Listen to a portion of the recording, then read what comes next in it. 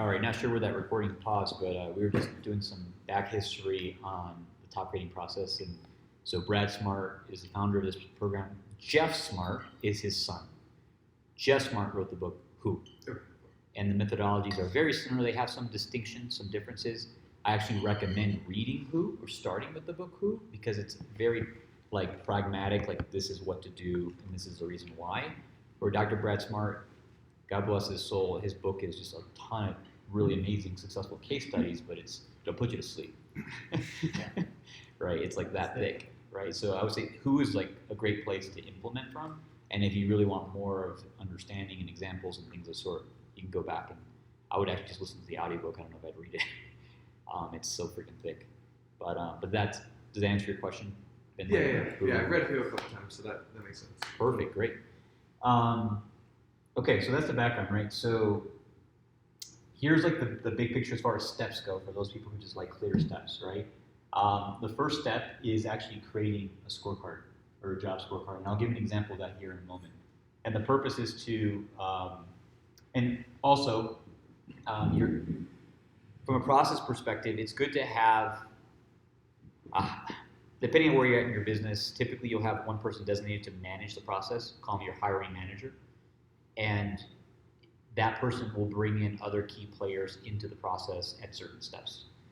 This is something that needs to be learned and driven by the CEO. This is not something that can be totally delegated. It's the CEO's overseeing it, and maybe it's delegated to a hiring manager, right? So in my example, I have one person, and he's Danny Leonidas. He has 20 years of experience in HR, and he was in the Army's recruiter. I sent him to a workshop, he certified, he trained. He actually facilitates the whole process for me. And as a CEO, I only come in at one step in the process, which I'll cover here in a moment.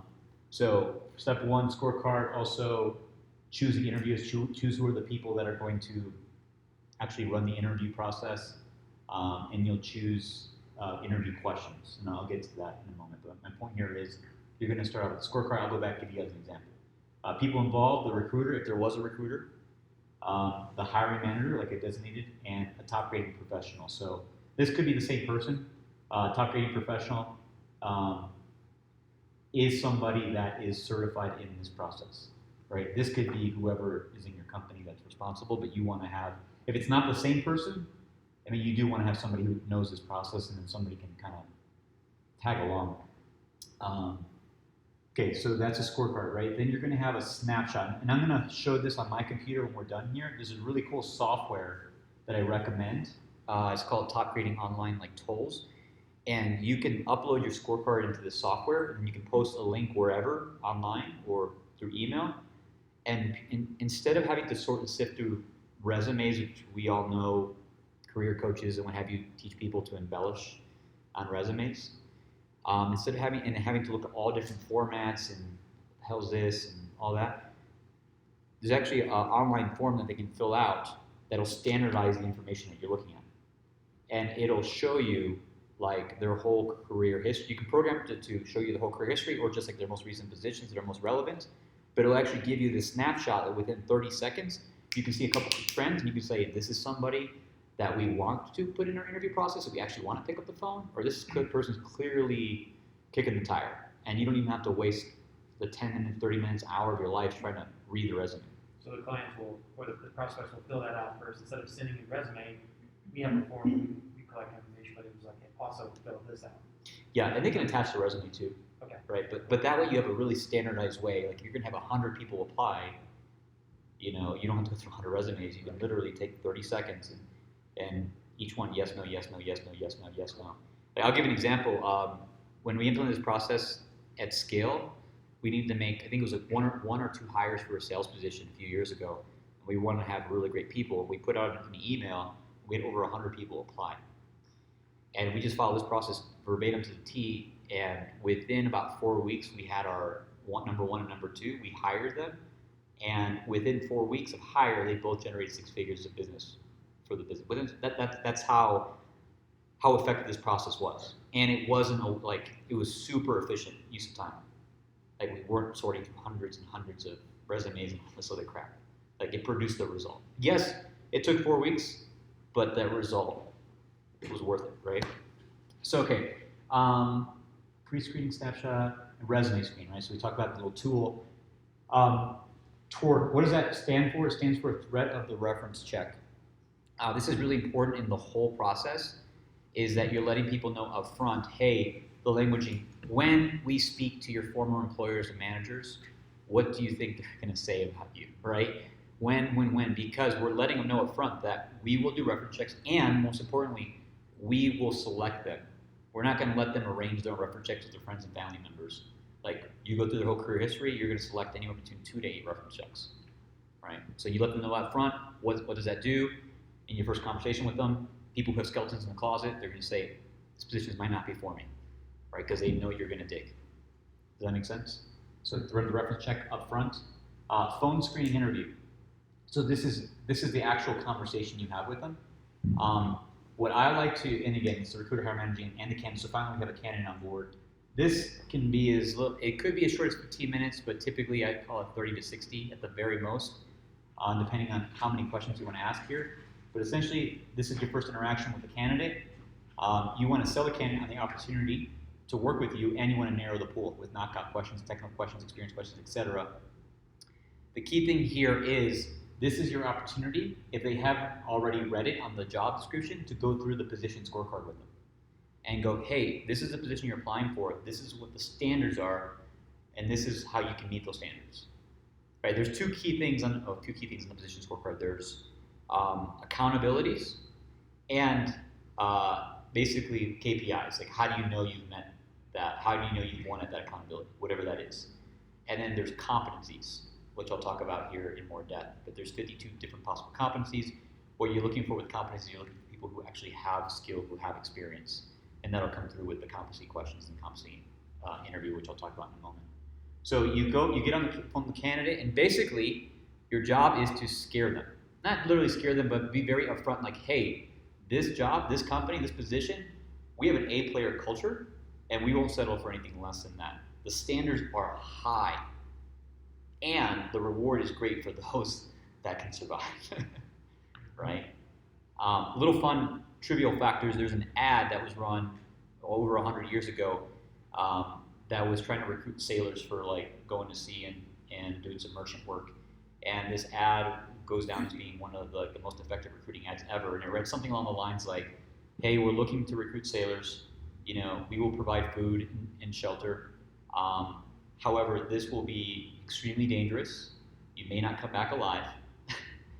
You will be at sea, you'll be at cold. It'll be cold, you'll be away from your family. But for those of you who survive, the rewards are great. You know, you're going to have glory and booty and and honor, right? And that was literally basically telling people, hey, sign up, you might die. But if you live, you've reached the promised land, right? And that was the most effective advertisement ever to recruit people to become sailors. So my point here is just being really upfront with them and letting them know upfront what to expect. So that's the phone screen interview. Then they're really clear on what's expected of me. B and C players will say, wow, thank you, but no thank you. This isn't the job I thought it was, where I can just drag my feet and hide out and collect the paycheck. Right? There's clearly accountability here. It's going to be measured. By the way, A players, when they were in school on report card day, what did A players do on report? People who had straight A's on the report card day, did they when they got the report card, what did they do? Took it to mom and dad. Took him, Mom, look at this. Terrence's little daughter, she's just had a conversation with her daughter about her A's. Look. And then what do the parents typically do? They reward some way, right? Yeah. Praise, honor, reward, right? And they can't wait to put that report card in the hands of their parents. B and C players are like, I don't know where the report card went, right? And it's the same psychology with this type of thing. Okay, so then you'll determine, hey, this is actually someone that we want to put through our interview process because it's time intensive. The next step in the interview process is going to be the actual competency interviews. Okay, and you can do this a few different ways, but essentially this is going to give you the behavioral and core values, and you're going to kind of select up front from 1 to 52 different categories, the ones you want to focus on, and I'll give you guys examples of that. What I recommend for this one is that this could be anywhere between 1 to 4 actual meetings. And what I recommend is having the competency interview with different people in your team. Like actually have them meet with somebody in your department that they would work with and have that person ask. And these questions are all pre-scripted, by the way, so you don't have to like teach your people what to say, how to say it. You just give them the script and say, ask these questions and record it. And you maybe have a couple of those. But that way, remember, if this is an A player, we're ultimately selling them on us as well, right? So now they're meeting other people. Like, yeah, I resonate with that person in that department.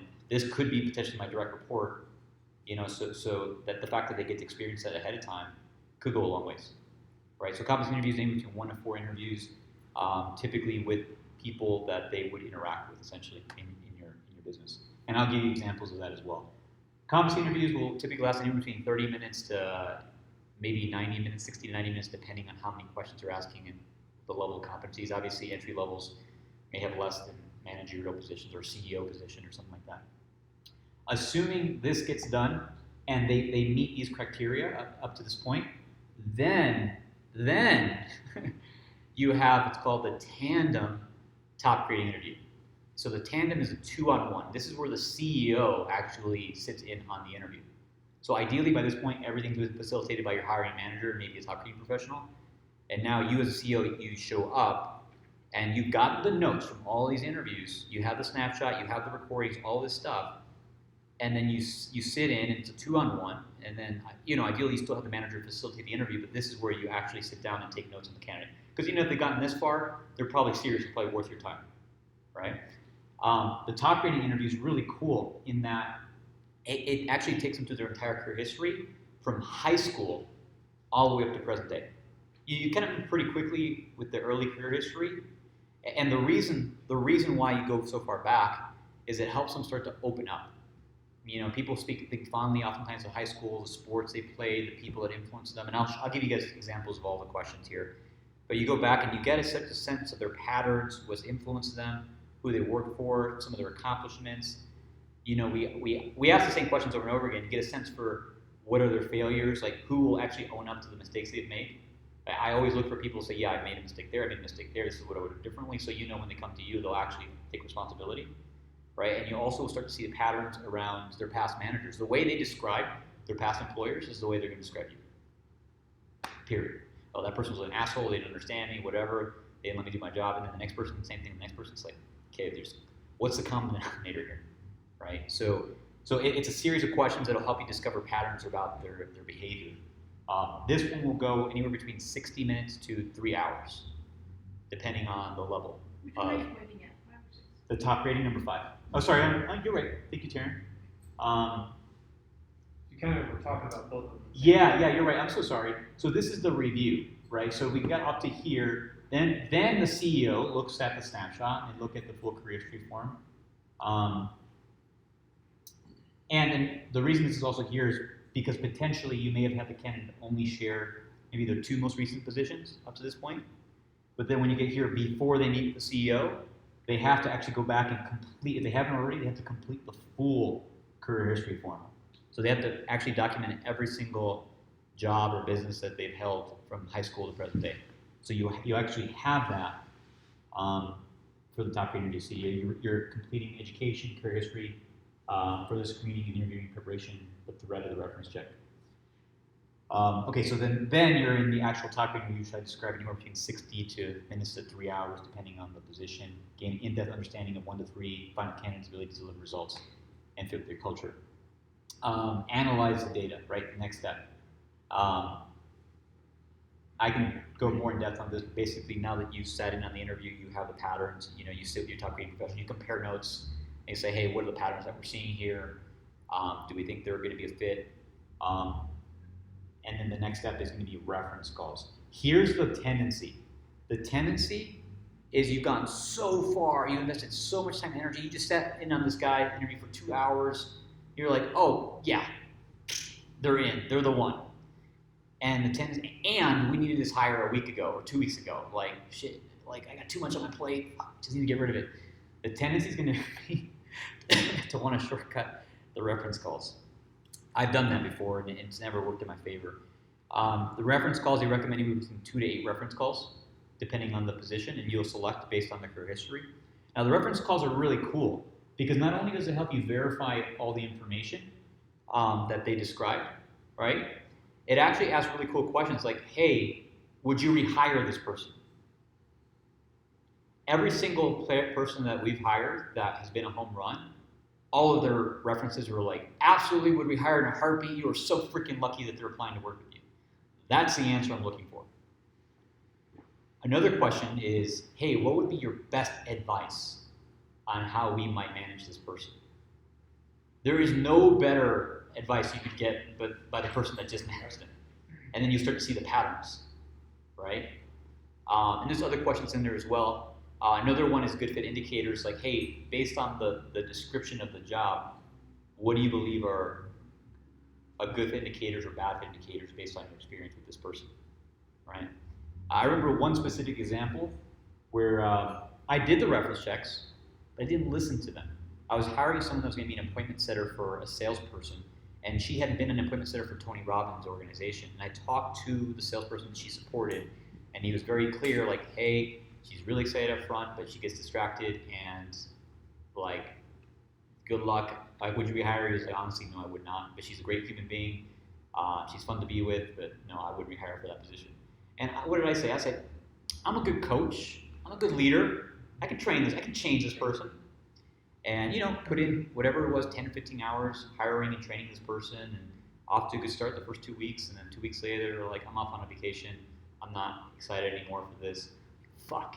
Now I'm in the middle of a mastermind. This person's dropping the pack, and now I have to hire somebody else. Thankfully, I had multiple people going through this process, and I had a number 2 already lined up.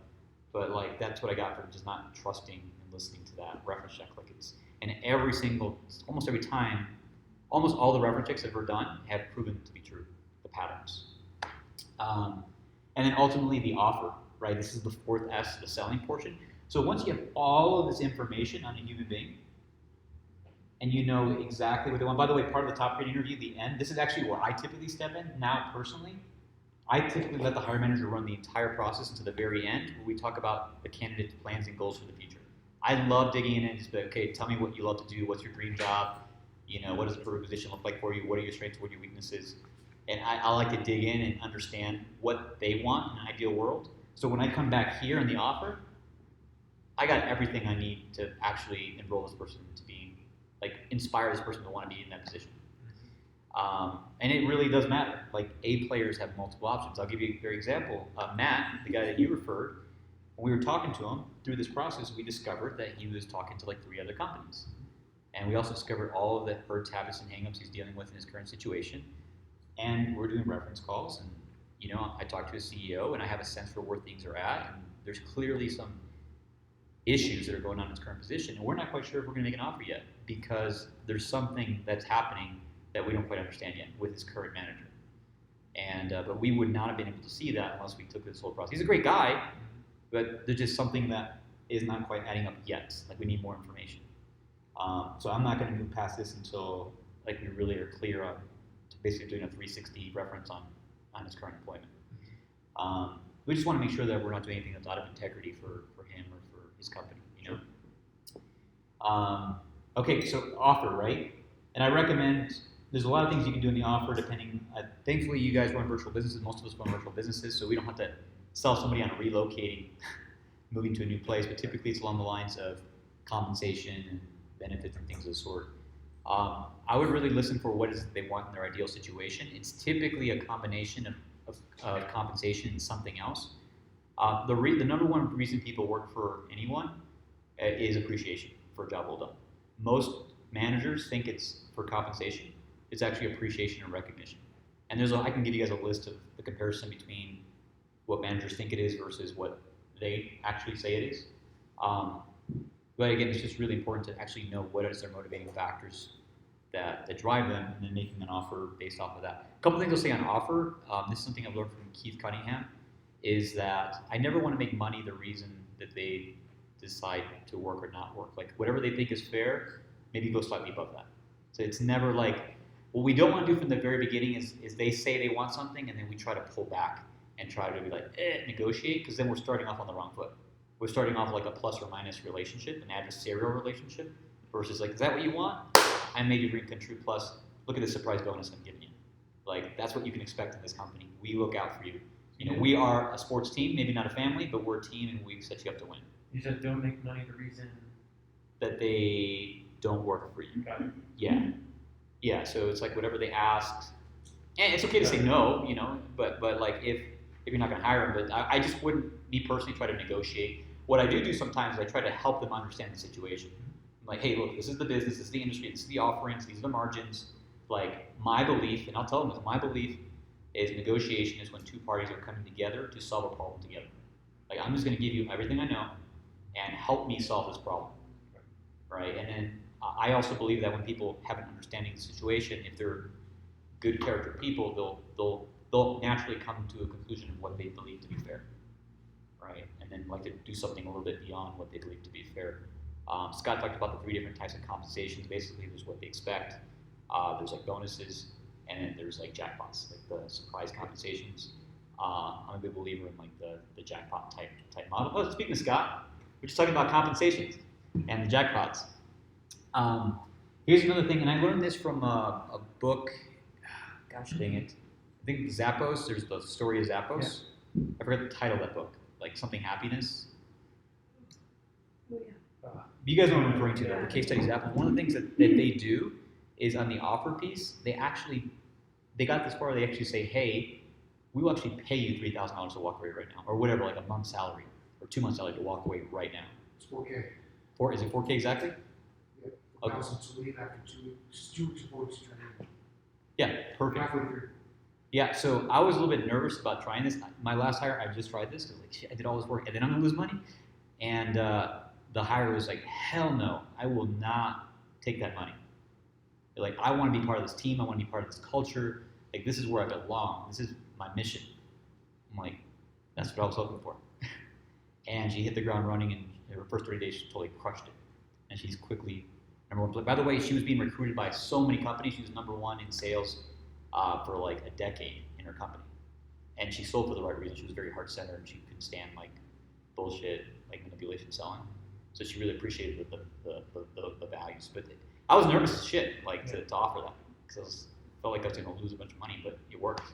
I don't know if I continue to do it. She was such a great candidate. She was like, I have to do whatever it takes to make sure not only that she sold, but she's sold. And it wasn't the money that sold her. Does that make sense? Yep. Cool. So let me pause there because I think I did a pretty decent overview. Let me answer any questions, and I can go into some specifics if you guys want to. Taryn? If someone comes in and they've gotten through everything and at the offer position, and they're asking something that seems very unreasonable for what this position usually gives. So this is a $17 to $20 job, and they want it to 30. Yeah, it's a great question. Curious why you're asking that question. Because we'll have a front desk position for this one dental assistant. She left our company, but then wanted to come back, and then she wanted more. Okay, no problem. But then she wanted so much significantly more than her experience and her, what she offered us in the past, her technical skill. Yeah. And I felt like she kind of hops a little bit around, but I do think she was the first time she worked for us with nobody else, and then she went somewhere else and saw the grass was not greener. Yeah. So she came back. So we're hiring her now, but she really ideally wanted like something that was a bit. So the question I ask when somebody wants whatever compensation they ask for, I ask, how could I do it? How might I do it? And with more compensation comes more responsibility. It means it's a direct proportion, right? So, and it all comes back to the scorecard. And that's the cool thing about offering to pay people more. Like I pay people more on average for the sales they do in the industry that we have, but it's also because I expect more. So if more pay, more responsibility, just more expectations, just a higher standard of expectation. But without the scorecard, it's kind of in vain. So maybe I could say, well, I'll have to give you more responsibilities. Do you like that? Yeah, exactly. Right? Exactly. Yeah. It just, that comes quick. What about things outside of money? Like we had a really good candidate for a data science role, and he was just like, I need W-2, and that's all I'm gonna do. And we're like, well, our model is we start everybody off as 1099. And he was like, that's a deal breaker. Yeah, I would get curious about that because obviously I'm gonna guess there's a need for certainty around that. Like Matt was a perfect example, and he has a reason. He has a baby that's, Henry, that's a year old, and he's been in one place for 10 years. He doesn't know what's on the other side of that one place, so he's like needs. His wife's not going back to work ideally, so he needs that feeling of certainty. So I'd get curious around that, and just like what are the reasons behind And are there other ways we can meet that need? Because I wouldn't necessarily bend over backwards to break the culture for that person, but I get curious about it. Because that's also a really important thing. All of this is in the context of culture. We do this so that we create a culture that will allow people to make the right choices when you guys aren't there. Right? Yeah, we did that. His thing was like he was coming off of only having had W-2 jobs, and it scared him. Even us coaching, like, look, here's an accountant for you. Here's what the We'll pay for the here's accountant. all the deductions you're going to be able to have, all these kind of things. And saying that after 90 days of dating, sure, W-2's on the table, but it just wasn't. This feeling of safety wasn't there. Yeah. Would you give them a clear roadmap? Like, hey, this is the onboarding checklist, and you meet these milestones in 90 days, and you win the position. I don't know. Yeah. Your team does that. Yeah. I mean, we weren't as involved in the hiring process. Sure. So. Just something to think about. Well, this is the other side of this process. This is just the beginning, right? It's like once they accept the offer, and this is really cool statistic that I reviewed recently, that the thing that motivates a candidate more than money when you hire them is actually their onboarding experience. It's actually 4 times more motivating of a factor to them is how well organized and structured and set up for success they are once they've accepted an offer. How clear that yellow brick road is. And I have a Google Doc I can share with you guys, and you can manipulate it, put in things. But really cool is I took the time, me and my team took the time to set all this process up, set up the onboarding checklist, all this stuff. And literally for me now, all it takes in my time is I sit in for 1 hour, talk to an interview. I review an executive summary that my hiring manager creates, which takes me about 30 minutes to review. I say yes or no. They'll do a welcome call. They'll get their onboarding checklist. They will meet me for 1 hour, and all I do in that 1 hour is talk about company culture, company mission. I make sure all their agreements are signed. I talk about personal development because we basically mandate personal development in our company. And I say, you know what your checklist is, you know who your report is, like, and then just run. And I literally spent a total of 2, maybe 2.5 hours. And not only did it work, it works really well, and it's scalable. But that's the other end of this, is making sure. And I can give you a document as well that shows like the typical pitfalls of onboarding and the questions that they typically have. Because when they're onboarding, they're also wondering questions like, who's the CEO? What do they really want? How do I survive in this environment? How do I thrive in this environment? What political alliances do I need to make? There's all sorts of their side of the table that we have to kind of think about. Right? Set them up for success. Go ahead, John. You said something between all documents signed and who you report to, and I just didn't put it right past them. I like these questions. Honestly, You wrote culture, mission, personal development, all documents signed, who you report to. yeah, that's it. And just make sure. Oh, another thing I like to emphasize is communication protocol.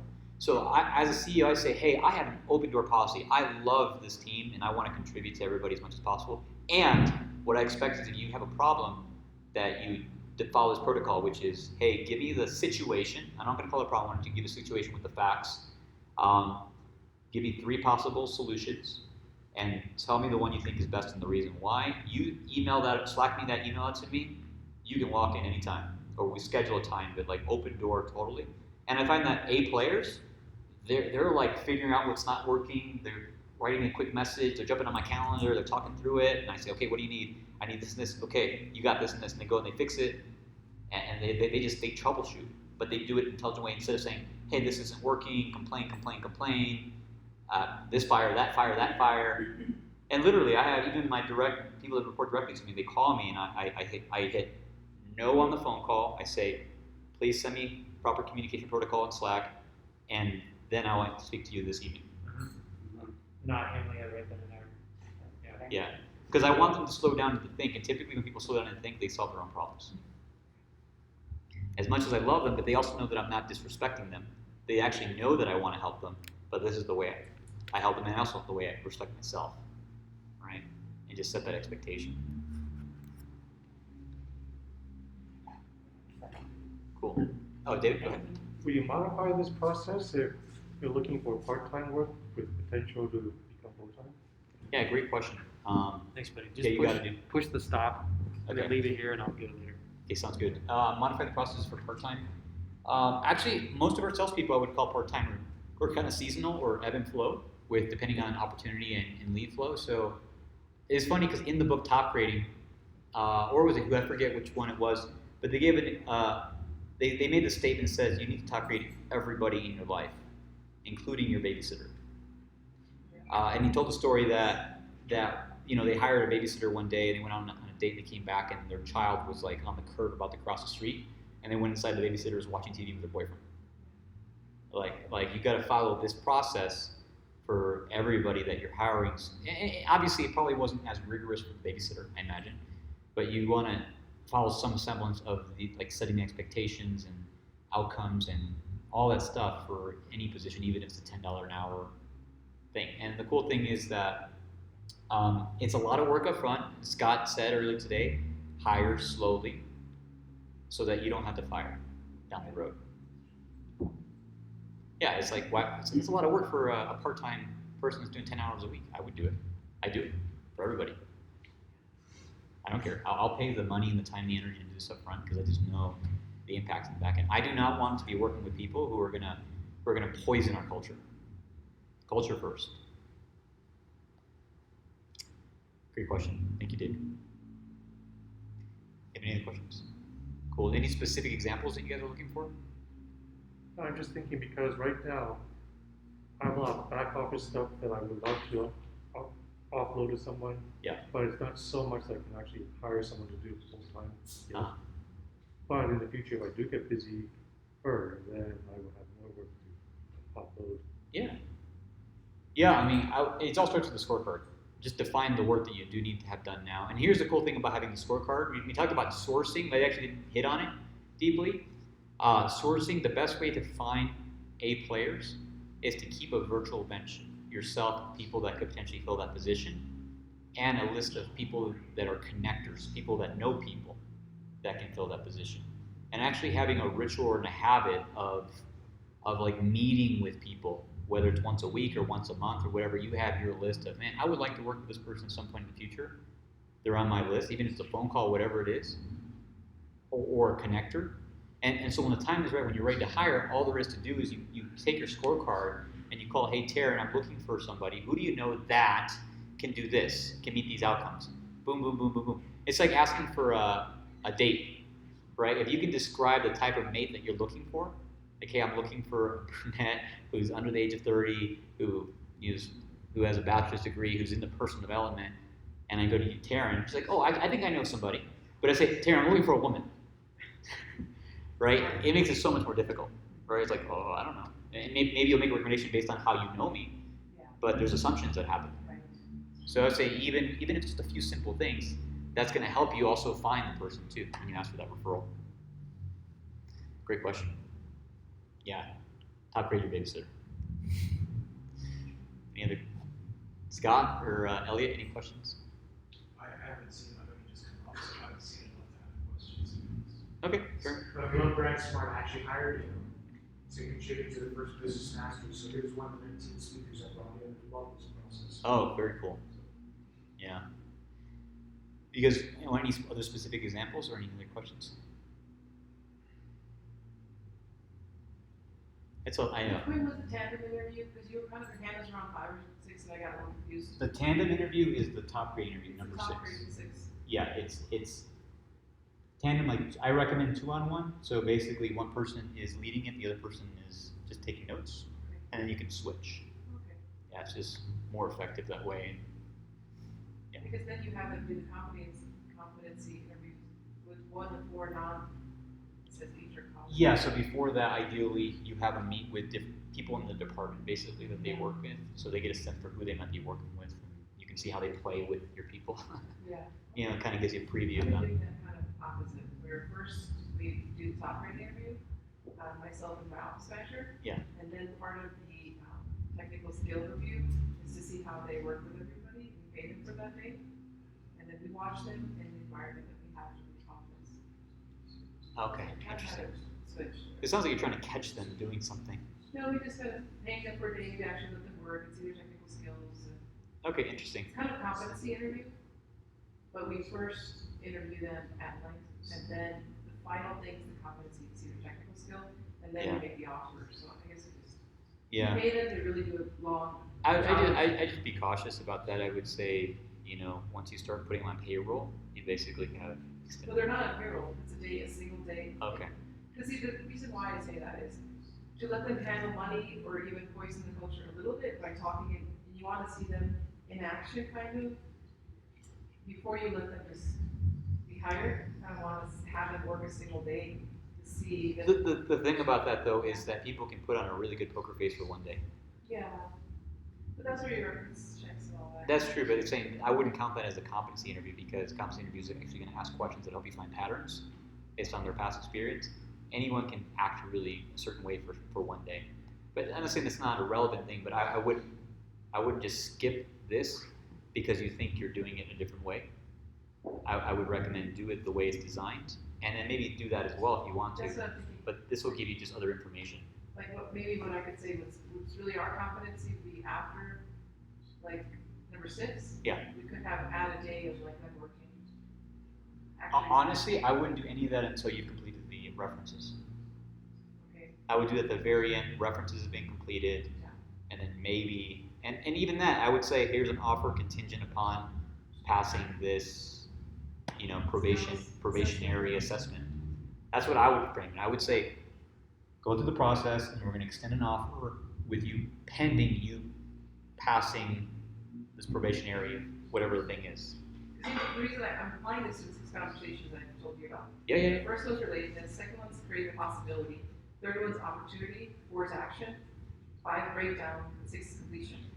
So when we're doing that, we got that. When we do a lot of verbal conversations, there's possibilities and opportunities that come up. But seeing them in action and then how they handle breakdowns before the completion of an offer to me is just like mind blowing. And it doesn't. This is all verbal. There's no technical assessment of skills.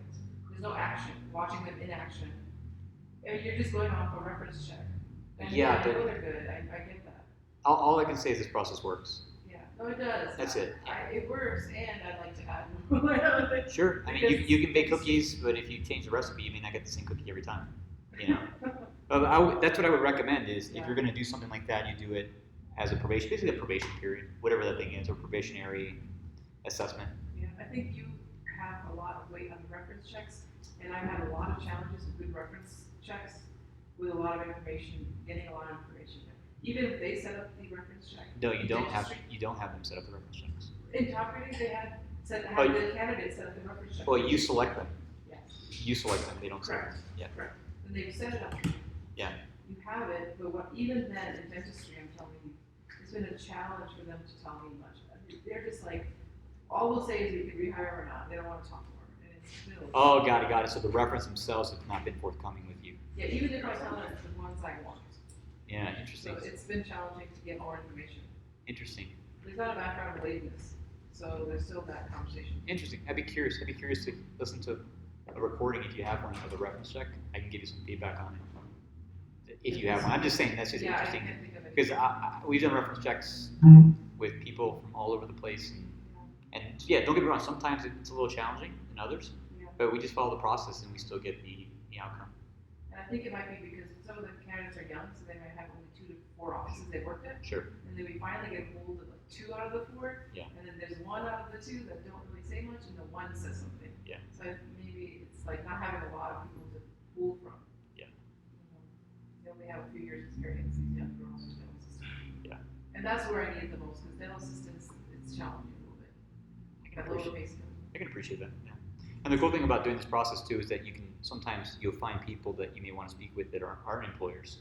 Maybe they were coaches from high school or teachers, or if they have a business, maybe a client of theirs, whatever, that you'll discover through this process that won't just necessarily be from the last employment. So I like the idea of doing a reference from somebody that they reported to, somebody that they worked alongside with, and somebody that reported to them. So you get like the multiple dimension of how this person is perceived. I think you're right. I forgot that we were pretty much looking for supervisors only. That had less people to ask. Yeah. Would this change if someone is fresh out of school? I did this recently with someone who's still in school. They're a senior in college right now. We went through the whole exact process. Obviously, they had less of a career history, but we went a lot deeper into their high school. We went a lot deeper into their college. Talked a lot more about their coaches. They played sports and their teachers, and they had a couple part-time jobs in school. So we went deep on those.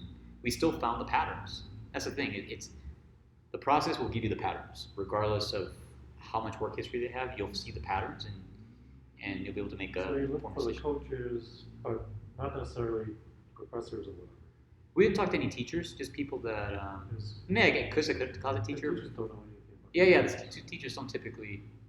I mean, you just look at the report card, or just ask for the grades, and that's an assessment. But people that are really interacting with them on a more relevant basis. But I could have, I guess.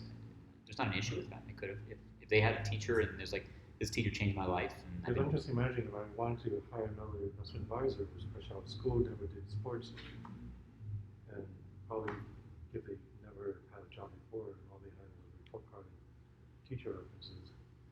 you'll still see the patterns.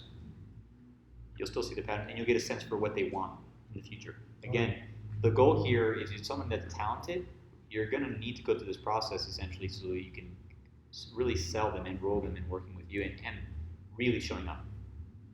You know, feeling part of that team, part of that mission. It's not just, hey, I'm here because I'm getting a paycheck.